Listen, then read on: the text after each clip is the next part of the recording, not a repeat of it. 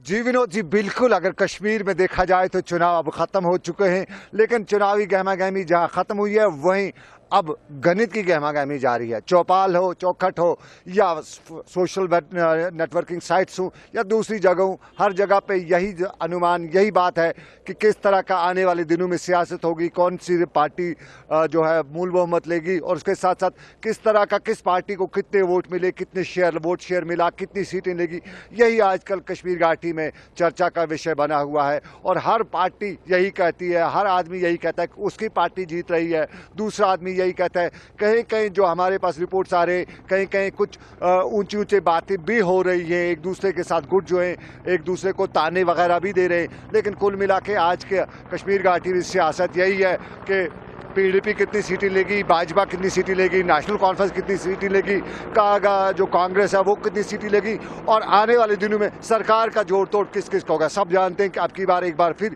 कोई भी यहाँ पे पार्टी मूल बहुमत या नहीं फुल मेजॉरिटी नहीं ले पाएगी। इसलिए सवाल यही आपस में किए जाते हैं, चर्चा यही की जा रही है कि कौन सी पार्टी किसके साथ मिलकर आने वाली सरकार बनाएगी। क्या बीजेपी और नेशनल कॉन्फ्रेंस सरकार बनाएगी, क्या बीजेपी और पीडीपी सरकार बनाएगी, क्या पीडीपी और कांग्रेस सरकार बनाएगी।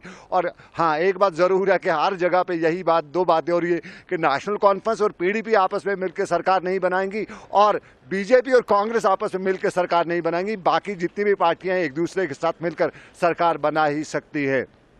फिलहाल जोड़ तोड़ की सियासत नहीं बल्कि जोड़ तोड़ की बहस कश्मीर घाटी में जारी है, और इस बीच में अनुमान यही लगाया जाता है कि आने वाले दिनों में जो सरकार होगी वो लोगों के लिए क्या कुछ लेकर आएगी। दिल्ली में भाजपा की सरकार है, नजरें उस पर भी हैं, और यही कहते हैं, सब लोग यही कहते हैं कि कहीं अगर भाजपा इसका साथ में जोड़ होकर सरकार बनती है तो शायद कश्मीर में एक नया वातावरण हो। जिस तरह खुद प्रधानमंत्री कहते हैं कि सबका साथ सबका विकास, तो कहीं अगर बीजेपी के साथ कांग्रेस कश्मीर से पीडीपी या नेशनल कॉन्फ्रेंस मिलती है, या पीडीपी के साथ बीजेपी मिलती है, नेशनल कॉन्फ्रेंस के साथ बीजेपी मिलती है, तो किस तरह का एक सबका साथ सबका विकास की बात यहां पे कर पाएंगे। क्योंकि पिछले दिनों कश्मीर में बाढ़ आई है, और अभी तक बाढ़ के हवाले से कोई बड़े पैमाने पर जो राहत का होना था कश्मीर का, वो नहीं हो पाया है।